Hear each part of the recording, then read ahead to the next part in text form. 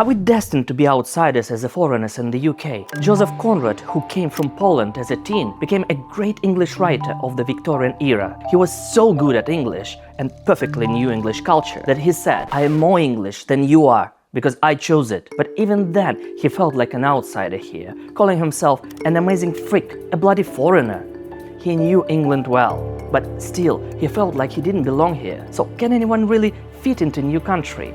Let's try to figure it out today. It's amazing, in 2012, this amount of people moved to the UK. Now, that number has doubled, with 1.2 million arrivals in 2023. And I am one of them. My name is Stanislav, and this channel is for people like us, who weren't born here, but now call the UK home. Whether you want to get British culture, understand local customs, or just figure out how to live here, you are in the right place. In this video, you will learn how to fit in better in England by exploring its books, because I believe literature is the key to easier integration. I'll share 5 traits that make English people unique, based on what experts say, and recommend books that will give you real insights into each one. This will help you connect with locals, satisfy your curiosity, and if reading English fiction is hard for you, like it is for me, I'll also give you my secret weapon on how to make reading English a piece of cake. With 11 million people in the UK born outside the country, that's 16% of the population, which puts a strain on services, jobs and housing. Without proper integration, people face problems like isolation and discrimination. It's like a car with too many parts. Things start to squeak. And I really think integration is like oil. It helps everything run smoothly. The government has launched lots of initiatives to tackle this. But I think one of the biggest problems is understanding the cultural code of the country, the shared stories, humor and history. Victory is mine! Because even if your English is perfect, you can still feel lost if you don't understand people of the country and their stories. To be or not to be, that is the question. Speaking of English, it's wild, but did you know that studies show that native speakers often unconsciously see non-native speakers as less smart or trustworthy if they struggle with language or accent? It's due to a cognitive process called linguistic bias, which is an unconscious way our brains make judgments based on the language. Like when I'm trying to explain directions and I stumble, I feel like people are judging me. And let's be honest, they are judging me. Well, you know, that's wasted on me. I don't understand what you're saying. You don't speak any English at all? Not a word. These biases can affect our lives. Kids can get bullied, making it hard to make friends, and our careers might suffer. We could be seen as less suitable for leadership roles, even if we are good at our jobs. And it feels a bit unfair because, get this, only 32% of people in the UK even say they've learned a foreign language. Only 14% claim to be fluent. Another 18% have some basic skills, which, you know, it's okay for them because English is an international language. But Butter. Butter. Listen, butter. Butter. That's it. But we live in this country, and as foreigners, we must be good at English and understand the culture to thrive here. The good news is you can improve both by reading English literature. I'm from Russia, and in my country there is a saying, combining business with pleasure. And that's what reading English books gives you. It's not just words on a page, it's the cultural code, the big lore of the nation. And the UK is a nation of bookworms. It's one of the top 5 reading nations. Reading is a part of everyday's life here, especially for kids. Hello. Oh, can I have this one? Do you need a small bag? No, I'm good, thank you. I have a son, and his name is Miron, and his class went to the library, and the kids were sniffing the books. It sounds funny, but it really shows how much books are valued here. It's no wonder English literature has had such an impact on the world. Writers like Shakespeare, Dickens, Tolkien, and Rowling, they didn't just tell stories, they created the whole worlds that are part of the shared culture. They have a cave troll. Somebody wants... Phrases like "to break the ice," "all that glitters is not gold," "all the world is a stage," they are all from Shakespeare, and I've known them since I was a kid. But I didn't even read Shakespeare until I was like 13. These phrases are just part of everyday conversation in Russia. People use them, but just if you know they are from Shakespeare. I even remember when I was a kid on the playground, if a friend played against me, I would be like, "And you, Brutus." Et tu, Brute! English literature influence is all over the world. Take Alexander Pushkin, Russia's greatest poet. He was inspired by Lord Byron. Pushkin's life even ended in a duel, just like a Byron character. It's safe to say that without Byron, those idiotic duels might not have been so popular in Russia. Fyodor Dostoevsky, a famous Russian writer, loved Dickens, whose stories inspired Dostoevsky's in many ways. Liu Xu, a Chinese writer, was inspired by Swift's satire.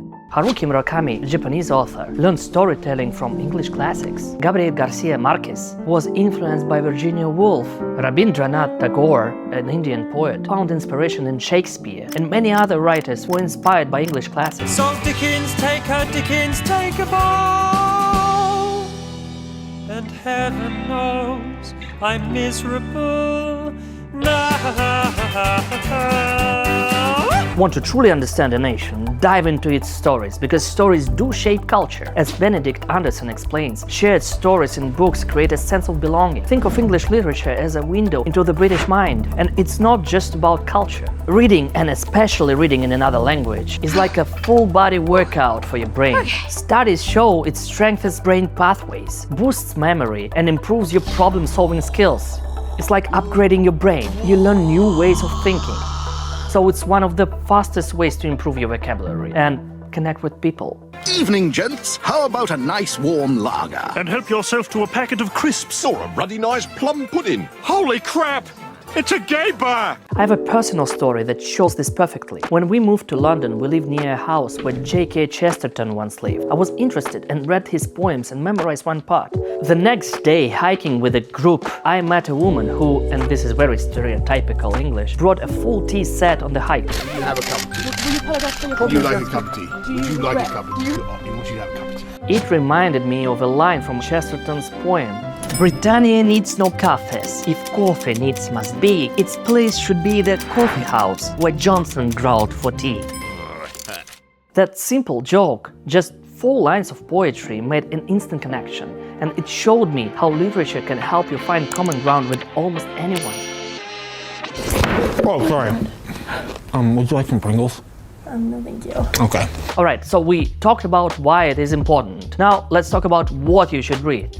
Well, anything would work actually, but my wife and I asked people on the street for recommendations. It was a little awkward, but we got some answers. Most people said no, and I messed up with the recording for some. It's on camera, if that's okay. What's it for? For a YouTube channel. We are just starting. Where are you from? We're from Russia. Oh, I see. I wouldn't know what to say. I wouldn't know enough. So I love your energy. The answers we got were quite similar. Charles Dickens? Something written by Charles Dickens. Charles Dickens was at the top, called the king of English literature.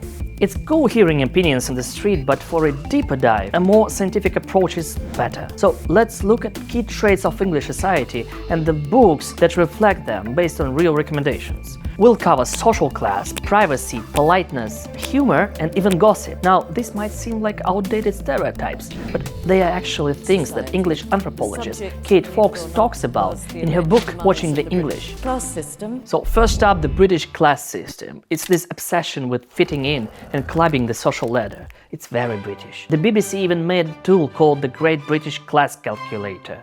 According to it, I'm a part of the elite. You know, the kind of the elite who pack sandwiches for long trips because airport food is too expensive. But hey, elite is elite, right?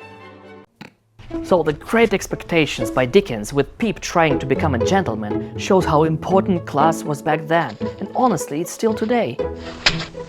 Jane Austen's Pride and Prejudice is about social maneuvering in the marriage market. Then you've got Forster's Howards End, which shows the clash between the intellectual elite and the old money gentry. And for something modern, Kazuo Ishigura's The Remains of the Day looks at duty and class through the eyes of the butler. Next, we have British politeness and indirectness. Oh dear, what is it? I've spontaneously combusted. Oh, I am sorry. Oh, it's quite all right. I've grown tired of living. Ah, very good then. For the best. Yes, indeed. Oh, is it raining again? As some say, the British are like coconut. They might seem reserved on the outside, but beneath that surface lies a deep well of emotions. The Bronte sisters in Jane Eyre or Wuthering Heights show this perfectly, with characters whose feelings are often held back because of social rules. Your gaze is very direct, Miss Eyre. Do you think me handsome? No, sir.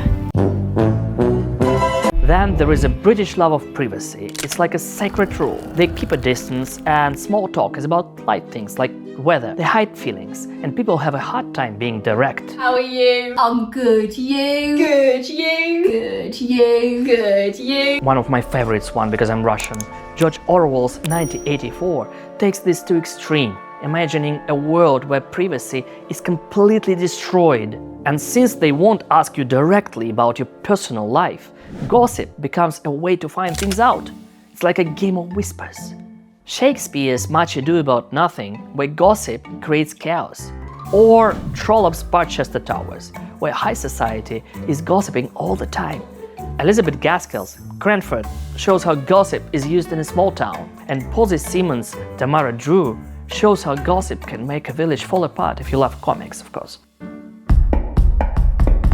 And of course British humor. Oh, I love British humor. It's witty, dark and dry, and of course self-mockery. Here we've got Jerome K. Jerome's Three Men in a Boat, with its sarcastic take on a chaotic boating trip. By the way, this masterpiece is iconic in my own country. Generations were raised on a brilliant Soviet movie based on this story. Watch it. It's amazing.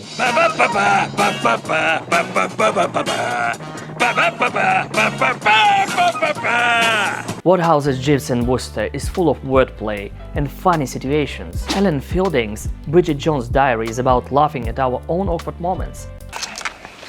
Bridget Jones, wanton sex goddess with a very bad man between her thighs. Mum! And of course one of my favorites, Douglas Adams' Hitchhiker's Guide to the Galaxy, has that ultimate English humor, sarcastic, ironic and very eccentric, with my beloved poetic wagons mirroring Britain's love for paperwork, of course. Feel free to share your suggestions in the comments. But how do you read English books without constantly reaching for the dictionary? It's distracting, slows you down, and even with ebooks, always tapping on the word with translations ruins the experience, and you don't even remember the words. One way is to focus on context. Not every unknown word. Try to understand its meaning from the surrounding text. If something isn't clear, keep reading. It often makes sense later because the new words will repeat. Another way is Amazon's Wordwise, and it's obviously not an advertising because I don't have subscribers yet. But Wordwise is amazing for non-native speakers. It gives you easy definitions for tricky words right in the text, so you can understand the words without needing dictionary all the time. Amazon's experts, with help of AI, obviously pick out words that might be hard and add easy explanation in the text. You can adjust how many hints you see or turn them off. It has made it much, and I mean much, easier for me to read difficult books. Now the experience is fully immersive. For example, I just finished Ken Follett's The Pillars of the Earth, a book about building the cathedral in medieval England. Exciting. A 1000-page book, and I enjoyed it thanks to Wordwise. Well, to use it, you'll obviously need a Kindle from Amazon, and it only works with books you buy there. But it's affordable. You can find used ones for less. It's worth it. I know, picking up a real book in a store is special, but I've decided to use Kindle for English books and keep printed books for my native language. I think that in a few years I won't need Wordwise anymore. But with this tool, your English will improve greatly, and you'll understand the culture better, making integration easier.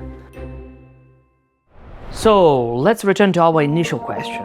Is it truly possible to fully integrate, or are we destined to remain eternal outsiders like Joseph Conrad? I would say we must strive to at least understand this culture as deeply as Conrad did. Remember, understanding the culture is the key to finding your place in this story, even if it's not the one you first started. If you want to explore more of these stories, you definitely need to subscribe to my channel. Cheers for watching, goodbye, and I'll go continue reading and learning.